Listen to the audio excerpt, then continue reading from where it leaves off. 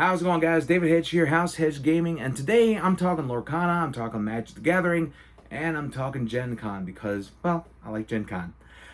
So first off, let's get into a little bit of news. We have Lorcana, which just made its debut physical form at a few conventions, including Gamma, that happened over the weekend last week, and all I gotta say is I can't wait.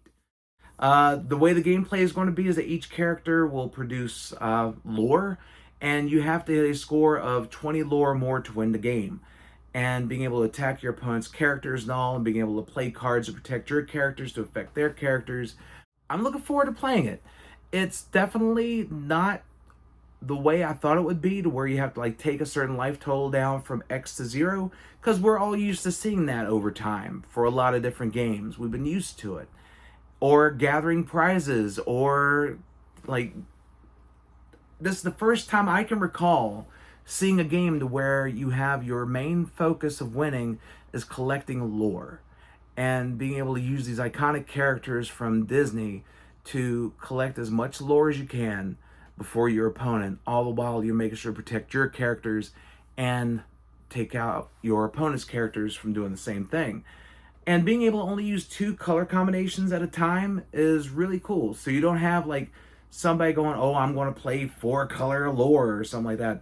Or I'm going to play every Mickey and see what happens. I think it's going to be a really cool game, and it's really great that they're doing that kind of deck restriction for it. And I really cannot wait to get my hands on this game. I think it's going to be a lot of fun to try out. And hopefully at Gen Con I'll be able to do it. And I'll mention that at the end of the video. So, but with Lorcana, if you're in the Disney and if you're a trading card game person, this might, I'm telling you this right now, this is going to be one of the biggest games that's going to come out this year. And it would behoove you to check it out at least once. If you're a big Disney fan, if you're a trading card game fan, if you're a gamer like I am, it's definitely worth a shot. It's from Ravensburger Games. They know what they're doing. They got people that have worked on Commander sets and all from Magic the Gathering and Hasbro and Wizards. They know what they're doing. And it's definitely going to be a game that I believe can change the industry. And I'm not just saying that to say as a tagline or anything. It's true. This does have the potential of switching things around in TCGs. And there's no one way to find out. And we'll all see it in September. So who knows? All right, next up, Magic the Gathering. Let's talk a little bit about the story. Let's talk a little bit about Aftermath. So, Magic the Gathering, March of the Machine, the war is over. All the Praetors are gone. We have the reunification of Chandra and Nissa together as a couple, and Zhalfir and New Phyrexia have switched places. But I got a problem with Aftermath. So Aftermath, the set's been released unofficially because somebody sent a YouTube personality Aftermath product. They opened up the Aftermath product and they had the Aftermath stuff taken from them at the order of Wizards. And then Wizards went, hey, we're sorry, we stormed your house. Here's some gold. But it's pretty much what they did. They better send a Clambassadors or something card to go with it and just go like, sorry, we barged in on your house. Here's some product. And if you want to see the full story of that, I'll include that in the link below so you can check that out. But I want to talk about Aftermath because a major event happens in Aftermath. And that was, there are now a lot of Planeswalkers that have been desparked because of some major event. We don't know what that major event is. By the time this video releases, they should start spoiling the storyline for Aftermath. And hopefully they have a reason for the disparking. I know that they wanted to do something to limit the number of Planeswalkers they have to mess with now to make them feel more special. But I honestly would think this would be a great setup to have from March of the Machine. So say, for example, if the great switch between New Phyrexia and Zhalfir, when they switched places in time and space, maybe that's what caused the despark, and that should have been mentioned at the end of March of the Machine, and then you have the Aftermath. Okay, this is what happened after everything switched and after the desparking, instead of bringing it up in Aftermath. And to me, that just seems weird. Like, you have all these other things, like the Kenriths that have passed on. You have some characters that were mentioned in the main set get spotlight cards in Aftermath, so you get to see their evolution after what happened, which I am all for. But you have a major event like a desparking of planeswalkers and you decide to put it in a 50 card set, that's something that should have been explored in the main set. But albeit for me, I'm just a humble guy with a camera doing these videos. And this is just my opinion, but something as major as this should have been mentioned at the end of the main storyline. And it should have been a cliffhanger moment. And then you could have had the Aftermath set to explain it all. Instead of going, okay, everything's fine, we switched things, new Phyrexia's gone, all the Phyrexians that were left over are now left inert, they don't have to have connection with the oil anymore, don't have connection with Elish Norn anymore, because Elish Norn's no longer anymore, and Chandra and Nissa, they're good to go, they're a couple again, everything's fine. Despark.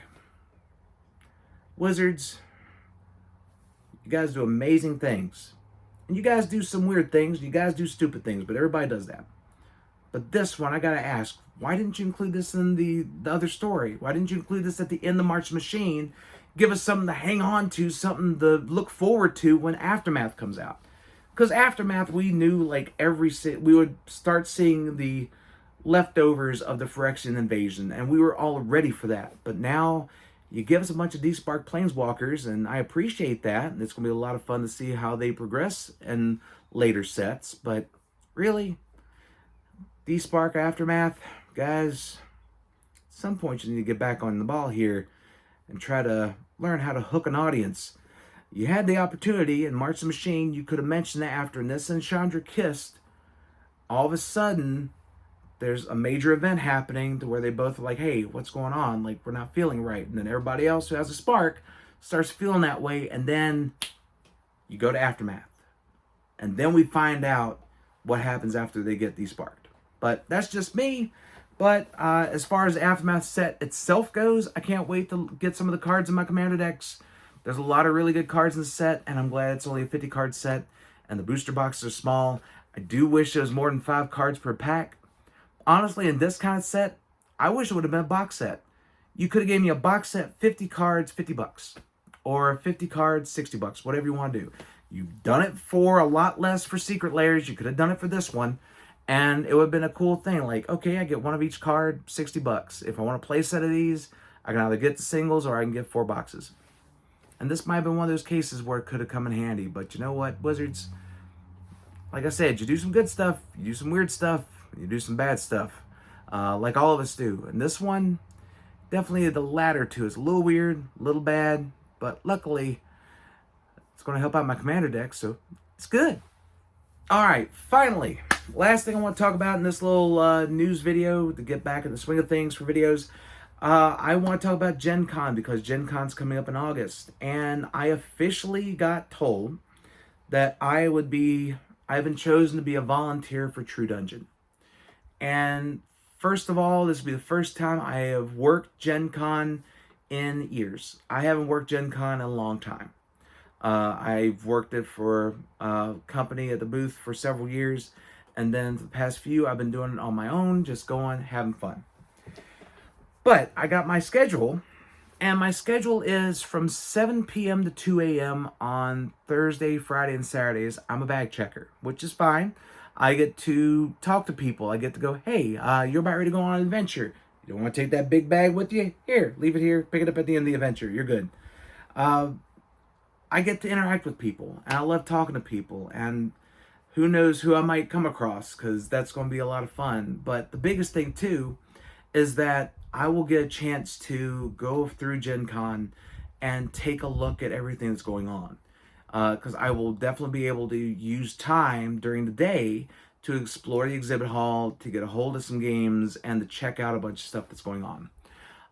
So, tentatively, right now, I'm going to Gen Con.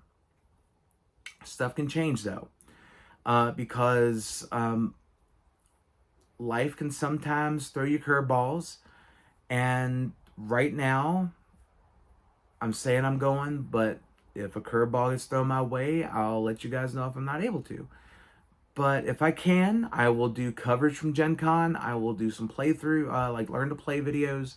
I will see if I can get a hold of some Lorcana. And it'll be weird because I'll be going by myself. And that's a big thing, because I have not done Gen Con on my own. I will be working with True Dungeon, and I'll be making new friends and talking to new people throughout the weekend, which would be great. But it's the first convention that I will go to and I won't have my friends around. I won't have my wife around. And so that's the only thing that's really a little bit weird about it. Because I have this opportunity. I'm grateful to have this opportunity. And who knows what doors it will open up later on down the line. But just going by myself is going to be so weird. And if everything goes right, who knows what happens? Maybe next year I can go be one of the main, like be a character in True Dungeon. But this year I'm going to give it a shot. And like I said, if I'm able to go, I'll let you guys know. And I will have a convention tips and tricks video on here for you soon, because I've done that the past couple years and people have enjoyed that. And I got some new ideas for future conventions, so that might help out as well. But right now, look for it. Gen Con, House Hedge Gaming, Gen Con 2023, tentatively in August.